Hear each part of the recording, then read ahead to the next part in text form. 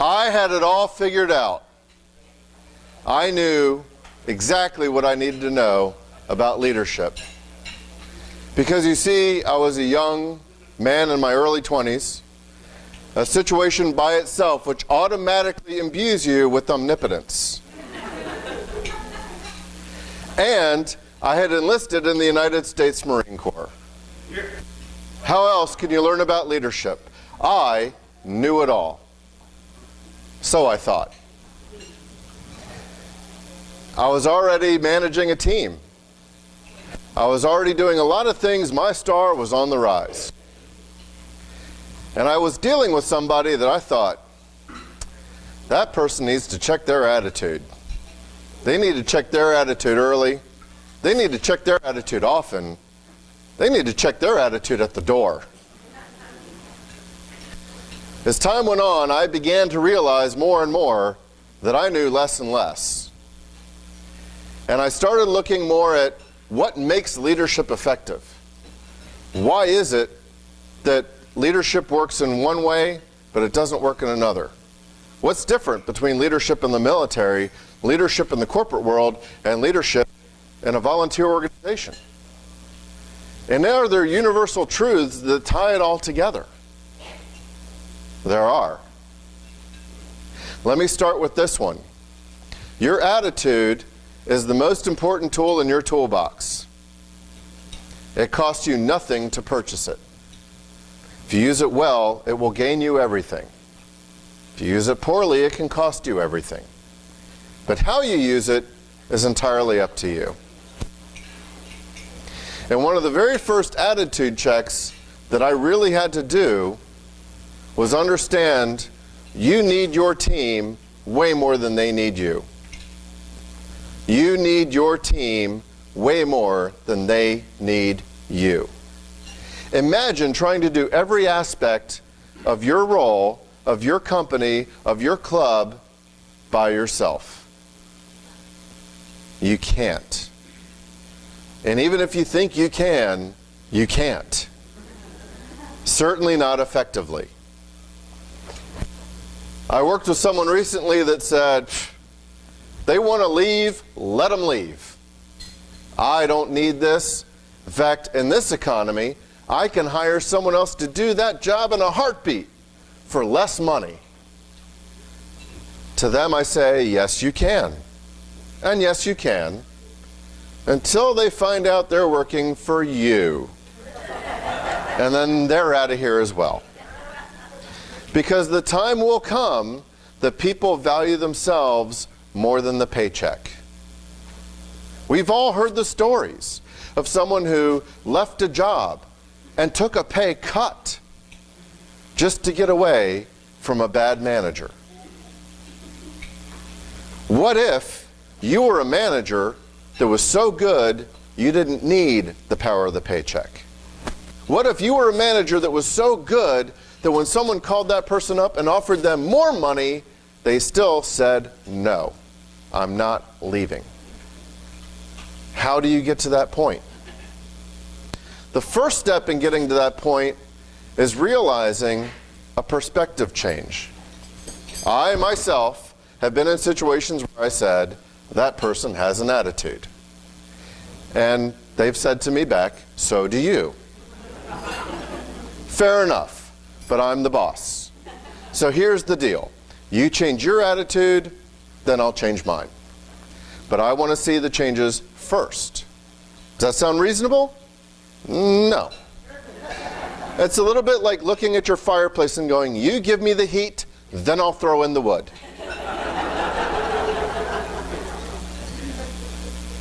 So the perspective changes make the change first. You can't really change what they do, but you can change what you do. And in changing what you do, you can set the stage for them to make the changes. Because what they're doing is usually defensive.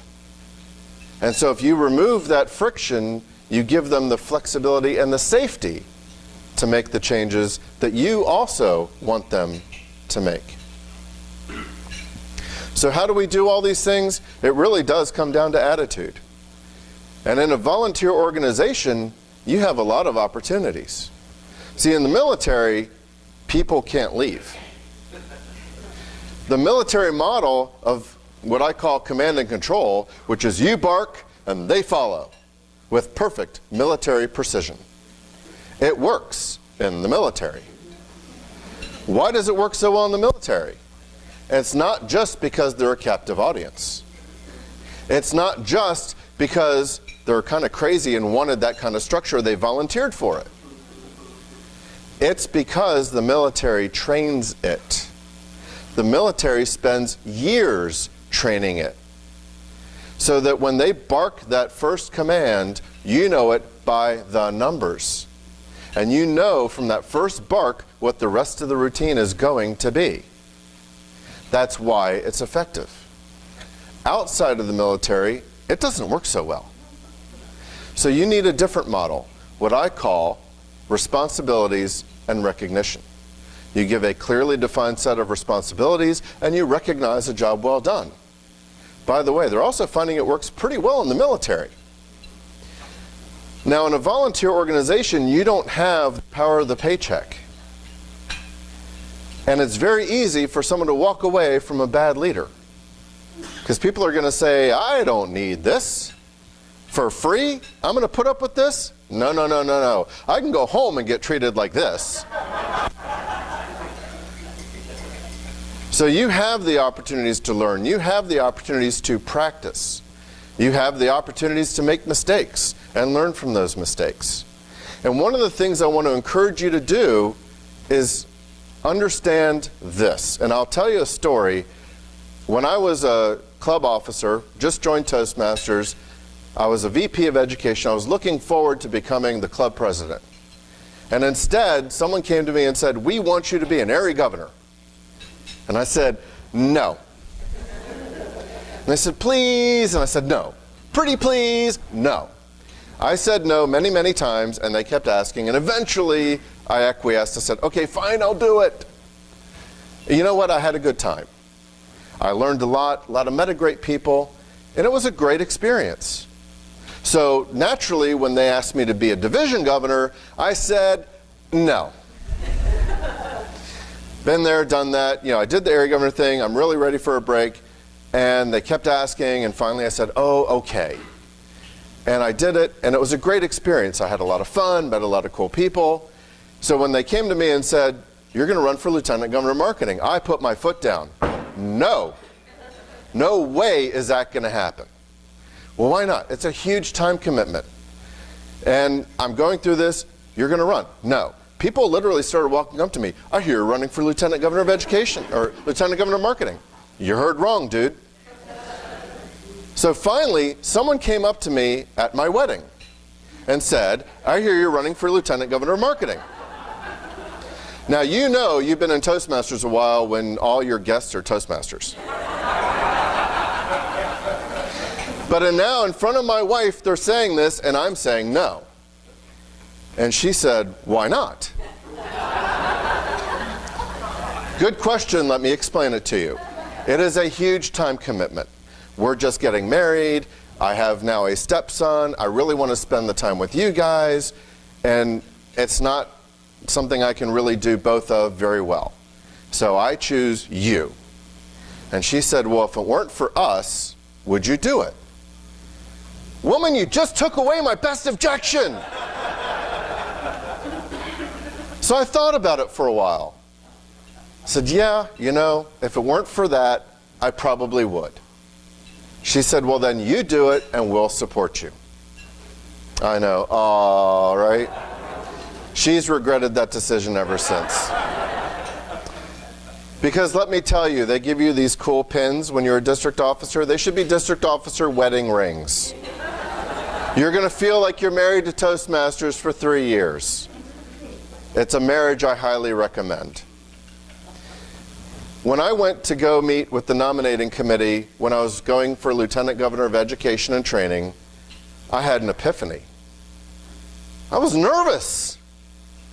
Why was I nervous? I had met with the committee 2 times before. I was uncontested. Why was I now nervous? And it hit me. The first 2 times I met with this committee, if they had said, no, you're not qualified, we're not putting you forward, yes, dodged that bullet, they would have been doing me a favor. This time, if they had said that, I would have been devastated. Why? Because for the first time in my leadership journey, I was embracing the opportunities to serve. For the first time in my journey, I was embracing the opportunities to lead. I knew what I wanted to do because I was looking forward to it. Instead of being the reluctant leader, I was now embracing those opportunities. And where did it lead me?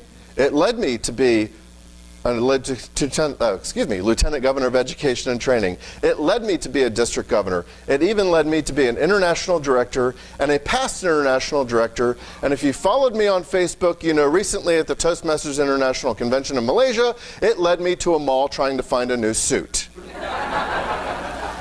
Because the airlines had lost all 4 pieces of my luggage, and I had to wear something other than jeans and a polo shirt for the conference to start, especially since I was one of the conference sponsors.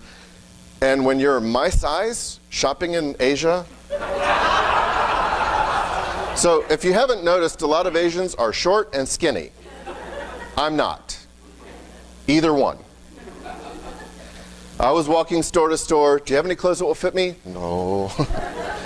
So eventually I found in one shop a suit and a tie. I found in another shop a shirt and a belt. And I put it all together, and this is what I bought in Malaysia.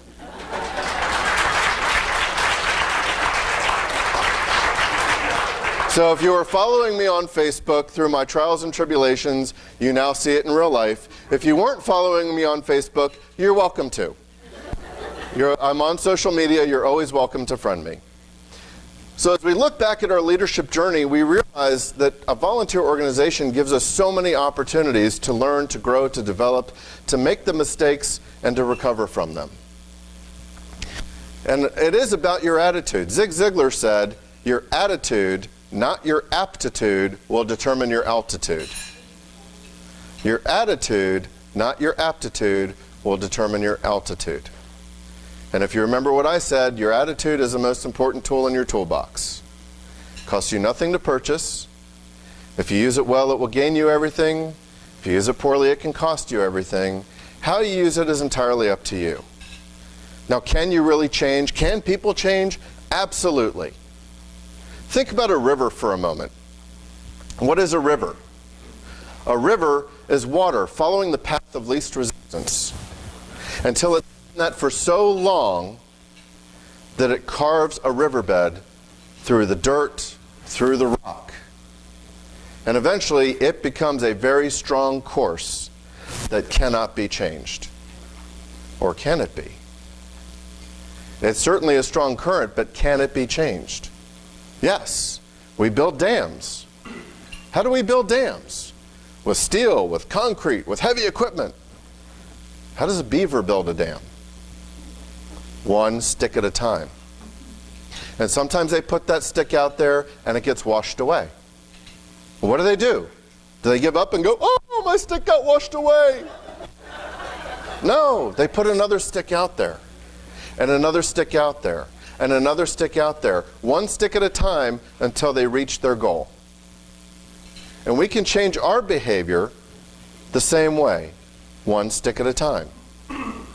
There's something you want to change, know that you want to change it, and try at every opportunity to change it. And some of your sticks are going to get washed away, and that's okay. Put another one out there. And eventually you'll get to where you want to be. And the next time you meet someone and you think, wow, that person needs to check their attitude, remember, we need to check our attitudes. We need to check our attitudes early. We need to check our attitudes often. We need to check our attitudes at the door.